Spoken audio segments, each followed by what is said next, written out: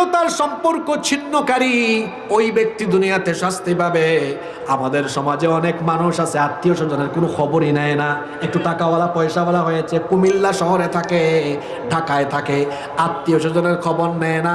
আত্মীয় স্বজনের মধ্যে অনেক গরিব থাকে, অসহায় থাকে, খোঁজ খবর নেয় না, ফোন দিলে ফোন রিসিভ করে না, আত্মীয় স্বজনের খোঁজ খবর রাখে না। আল্লাহর নবী বলেছেন আত্মীয়তার সম্পর্ক ছিন্নকারী ব্যক্তির সাথে সম্পর্ক সরাসরি ছিন্ন করে দেন কে?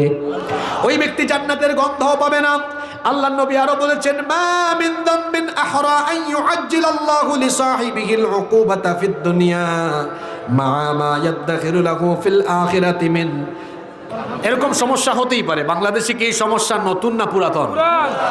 এই সমস্যা হতেই পারে। কষ্ট হচ্ছে নাকি আপনাদের? আমি কি আপনাদের থেকে আর কিছু সময় পাবো?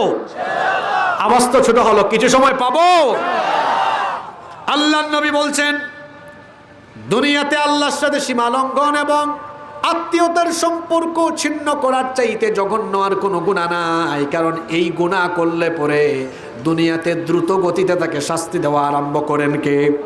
এজন্য আত্মীয় স্বজনের সাথে সম্পর্ক ছিন্ন করবেন, দেখবেন আপনার আয় উপার্জনে বরকত কমে যাবে, অশান্তি নেমে আসবে। তাহলে আমরা আত্মীয় স্বজনের সাথে দুর্ব্যবহার করব না।